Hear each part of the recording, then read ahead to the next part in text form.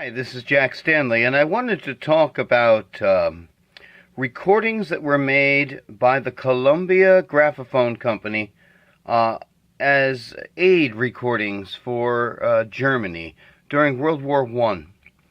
It's a part of recorded history we don't talk about very much. We don't really talk about these recordings that were made for just a short while, from the 1915 into the 1916 period.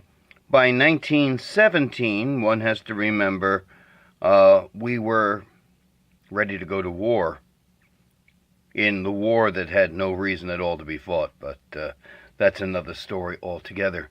But I wanted to show you some examples of these recordings that were made in the 1915-1916 period. Almost every one I have seen so far are sung by German choruses. German male choruses, to be exact. And these records were made to render aid to the Red Cross, to various civic organizations in Germany and its allies. Let me show you a few of these here, which are quite fascinating. In fact, this one has lots of information on it. This is quite neat. And if you look carefully, you'll see writing in the wax. And it basically talks about, it says the name of the conductor, also gives the date of the recording, which is in March of 1916. And of course you will see on it is a family that's suffering because of the hardships of war. Next is this one, which is also sung by a male chorus. And what is kind of interesting about it is that it shows the picture of a wounded soldier being helped by the Red Cross. Very, very nice. Now this one's a little different.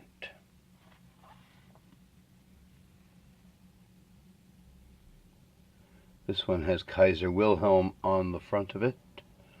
And once again, it's sung by a German male chorus, but then there's a speech in the middle.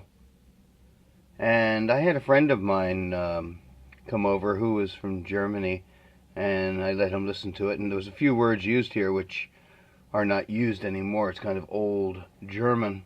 But nonetheless, it was basically cheering on the soldiers, looking for victory and cheering the Kaiser.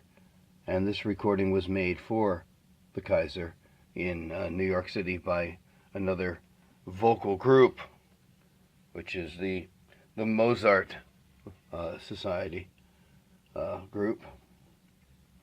And it's really quite neat.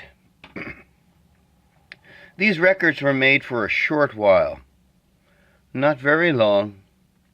They were made to help Germans in distress, the soldiers, the populace, and on the one, supporting the government, the Kaiser.